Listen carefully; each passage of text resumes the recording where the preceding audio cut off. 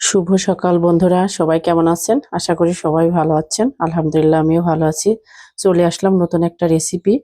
আজকে ছোট মাছ রান্না করব, কিন্তু এতে কোনো তরকারি অ্যাড করব না। শুধু এখানে ধনিয়ার গুঁড়া, জিরার গুঁড়া, হলুদের গুঁড়া, পরিমাণ মতো লবণ আর কিছু কাঁচামরিচ নিয়ে নিয়েছি। এবার এতে আমি পরিমাণ মতো তেল দিয়ে দেব। তেলটা দিয়ে এটা আমি খুব ভালোভাবে হাত দিয়ে মেখে নেব। দেখেন আমার মশলাটা মাখা হয়ে গেছে। এবার আমি ছোট মাছগুলো এতে অ্যাড করব। আসলে এই রান্নাটা আমি আমার মায়ের কাছ থেকেই শিখেছি। এই রান্নাটা আমার মা খুব ভালো রান্না করে, আমার খুব মজা লাগে। আর এটা আমার আজকে প্রথম রান্না করা, জানি না কেমন হবে।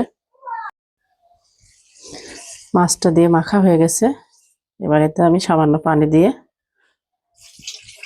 রান্নাটা বসিয়ে দিব। দেখেন আমার ছোট মাছটার ওতলটা উঠে আসছে। দেখেন ছোট মাছ রান্নাটা প্রায় হয়ে আসছে। মাশাআল্লাহ, এটা খেতে অনেক মজা হবে। সবাই ভালো থাকবেন, সুস্থ থাকবেন। আল্লাহ হাফেজ।